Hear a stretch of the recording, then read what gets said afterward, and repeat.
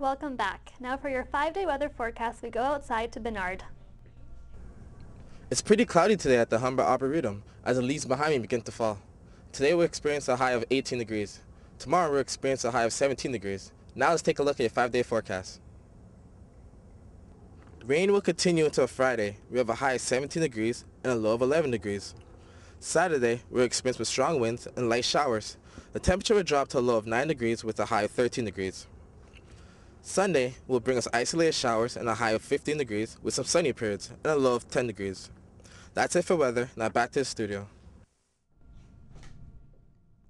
Israel and Hamas have reached an agreement to swap more than 1,000 Palestinian prisoners in exchange for the release of Israeli soldier Gilad Shalit.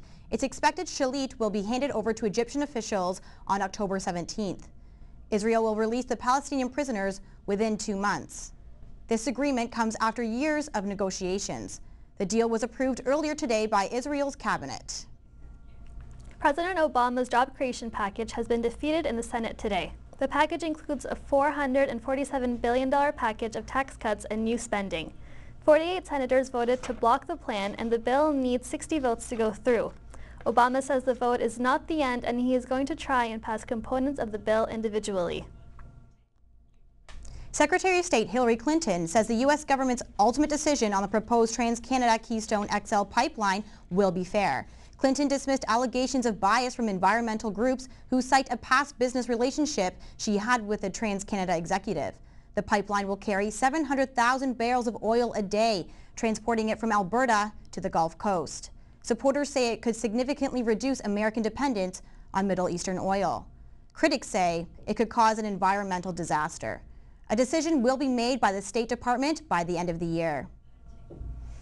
Myanmar, formerly known as Burma, has begun releasing over 6,300 prisoners today as part of a humanitarian amnesty. President Thein Sein, who was elected in March, endorsed the release of inmates who are old, disabled, or showed positive behavior.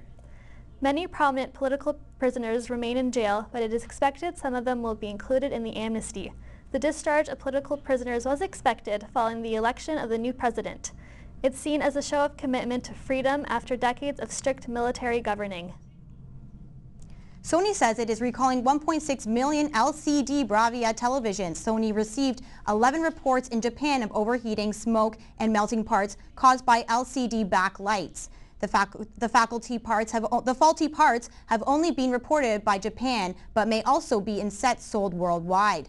None of the reported incidents resulted in injury or damage aside from the TV sets. And now with your sports news, here's Sarah.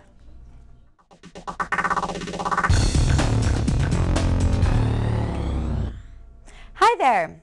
Both the Humber's men's and women's basketball teams are at home today to play exhibition games against George Brown. The women tip off at 6 and the men at 8. The Humber's men and women's soccer teams will kick off in Oakville today as they take on Sheridan College at 4:30. Both teams remain undefeated, holding a 6-0 record. In the NHL, the Ottawa Senators beat the Minnesota Wild 4-3 in a shootout last night. Center Jason Spezza scored the winning goal. Meanwhile, the Pittsburgh Penguins defeated the Florida Panthers 4-2. The Vancouver Canucks are taking on the Philadelphia Flyers tonight at 7:30. The Montreal Canadiens and Calgary Flames face off at the Bell Center tomorrow night at 7:30. In Major League Baseball, the Detroit Tigers beat the Texas Rangers 5-2 in the playoffs to take a 2-1 series lead. They are set to play Game 4 today in Detroit, while the St. Louis Cardinals host the Milwaukee Brewers for Game 3 of the NLCS.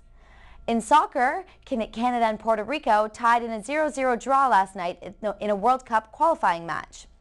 Canada needs one more win from the remaining 2 games to move on into the 3rd round of qualifying. That's it for sports. Back to the studio. Thanks, Sarah. After the break, we'll get in the latest in entertainment from Reem.